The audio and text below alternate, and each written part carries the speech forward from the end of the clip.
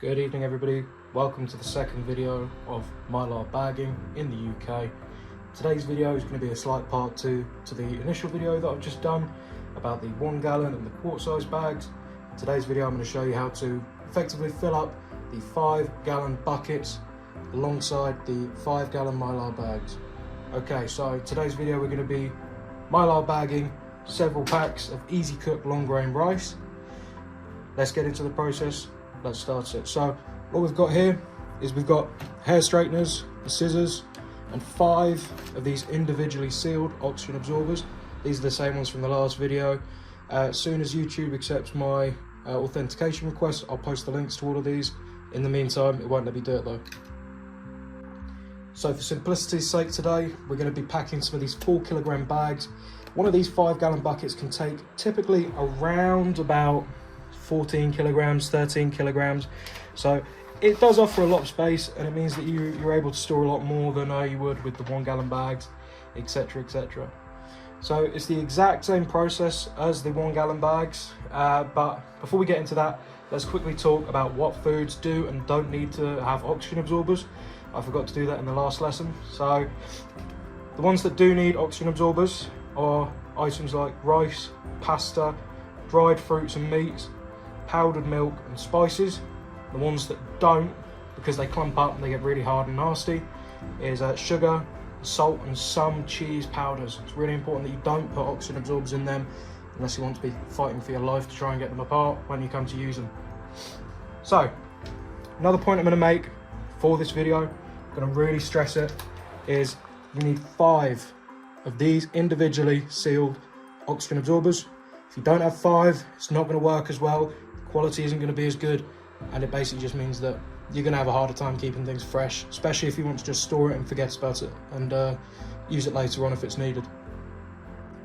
So the first thing you're going to want to do is put your 5 gallon Mylar bag into the bucket, effectively creating a liner for the food that you're going to be putting into the bucket.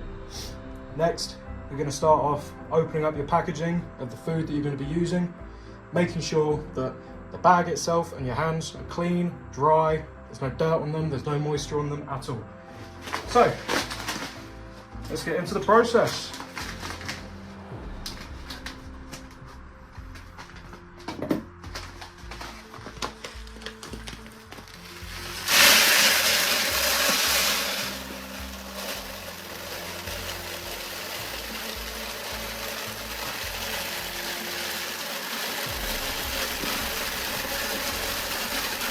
Making sure that you're getting all of it in there. You're not throwing any rice around your living room or your kitchen or wherever it is you're doing this.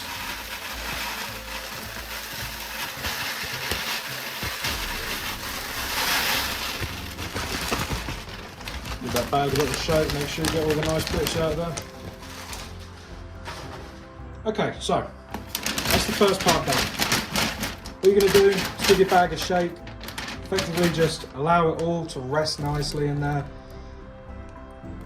Get it settled, have a nice base for what it is you're doing. The next step that I like to do, it makes it more time sensitive, you don't have to do it this way. However, what I do is I place in one of the oxygen absorbers, I fill up with another bag, place in another oxygen absorber, fill up with another bag, and then seal along the top in one smooth motion. So what I'm going to do now is I'm going to plug in the heat sealers, or the hair straighteners, whatever you call them, just so that they're ready for me.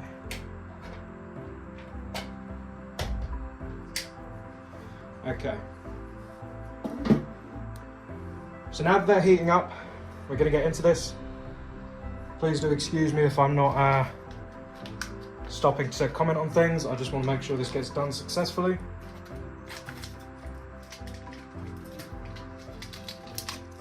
One goes in, you get another bag of rice.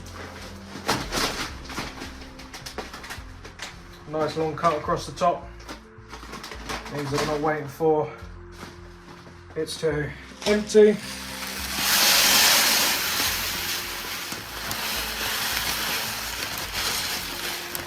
There we go. That's perfect. Give the bag another shake. I reckon another bag and a half before this is full enough. We're going to open up another oxygen absorber, put another one in there, really nice and quick.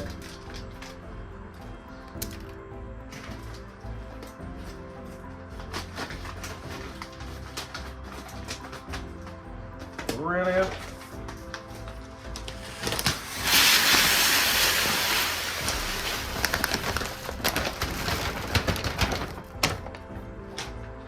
Perfect. So that only comes up, leaves about an inch of space underneath the top of the bucket.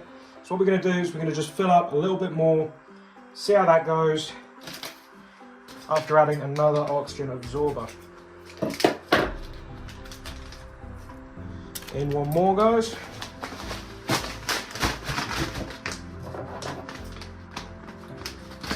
For this one, we're going to keep the cut on the bag quite small, so obviously we're not filling it up all the way.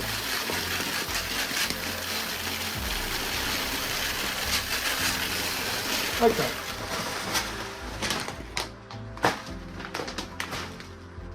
That's about as good as it's going to get for this bucket here.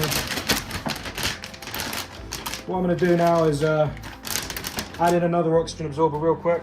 This is our final one, the last one that needs doing. And then I'm going to close the Ziploc after squeezing down as much air as I can out of there, pushing it down really nice and hard, closing up the Ziploc nice and fast, making sure that everything's closed.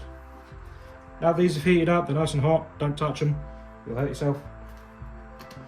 You just place it along the top, same as before with the 1 gallons. I like to do one side each.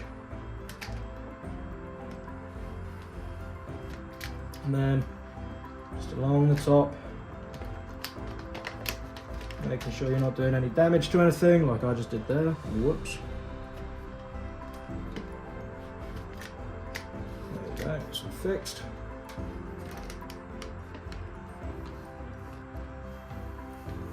There we go. This does get hot, so be careful, don't hurt yourself. Okay.